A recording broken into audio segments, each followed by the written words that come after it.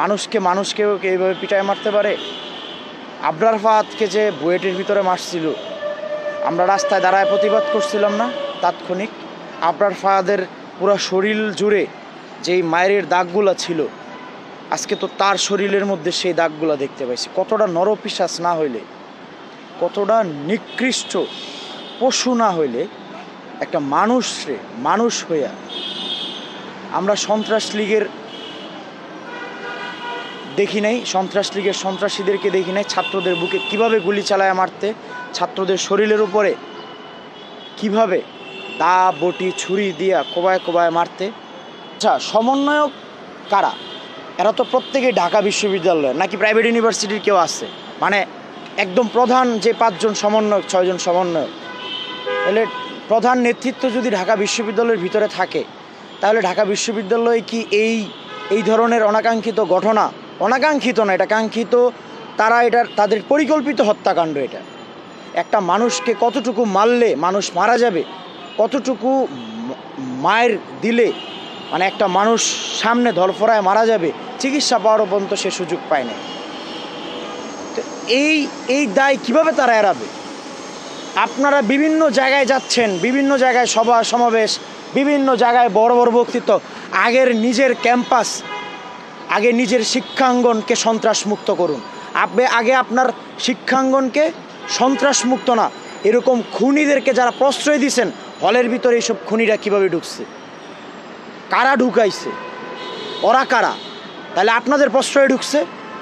এই বিশ্ববিদ্যালয়ের নেতৃত্বে এখন কারা আছে?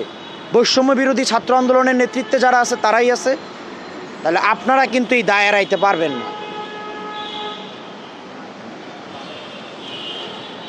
এলি আমরা তো জানি যে এরা পালাইছে, এরা চলে গেছে দেশ থেকে, বা দেশে থাকলেও এরা নিবৃত হয়েছে, এরা নাই।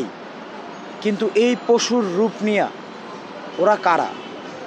এই যে এখানে কি ছাত্রলীগ নেতা বলে সাবেক, সে জালাল নাম বা হোয়াট এভার যেই হোক, এখানে কতগুলো মানুষ জড়িত, ভিডিও ফুটেজে দেখা যাইতেছে কতগুলো মানুষ এখানে দাঁড়ায় আছে, সবাই মিলা কতটা নৃশংস না হলে তারে খাবার খাইতে দিচ্ছে আগে।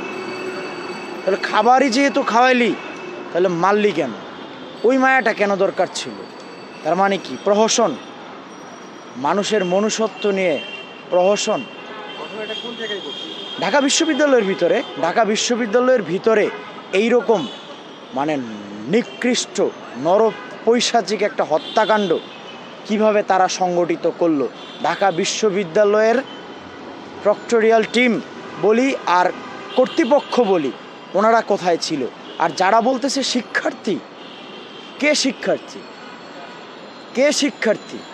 তোমরা তো সন্ত্রাসী, তোমরা খুনি। যারা এই হত্যাকাণ্ডের সাথে জড়িত তারা প্রত্যেকে সন্ত্রাসী, তারা খুনি। তোমাদের পরিচয়, তোমরা খুনি, তোমরা কোনো ছাত্র না। তোমরা ছাত্র পরিচয় দিয়া সারা বাংলাদেশ না, পৃথিবীর সকল ছাত্রদেরকে লজ্জিত করো না। তোমরা ঢাকা বিশ্ববিদ্যালয়ের অন্য সাধারণ শিক্ষার্থীদেরকে লজ্জিত করো না। ঢাকা বিশ্ববিদ্যালয়ে 30 থেকে 40 হাজার শিক্ষার্থী পড়াশোনা করে। ওরকম তোমাদের মতো কয়েকটা কুলাঙ্গারের কারণে, যেমন ঢাবিতে, বুয়েটে, আজকে আমরা আবার একটু পিছনে ফিরে যাইতে হয়। কেন? এই সন্ত্রাসীদেরকে এই যে বিভিন্ন রূপে, আমার উপরও ছাত্রলীগ হামলা করছে। এই 14 আগস্টে ছাত্র সাইজা আইসা আমার উপরও হামলা করছে। এরকম আমি না, এই ছেলে না, এরকম আরও অনেক জায়গায় অনেক ধরনের ছাত্রদেরকে, সাধারণ মানুষদেরকে নির্বিচারে পিটিয়ে, আগুন দিয়ে মানে এইভাবে ফালায়া মারতেছে। কেন মারতেছে? তোমাদেরকে এই মারার অধিকার কে দিচ্ছে? তোমরা কে? তোমাদের একটাই পরিচয়, তোমরা খুনি। খুনের শাস্তি এই বাংলাদেশের আইন অনুযায়ী মৃত্যুদণ্ড।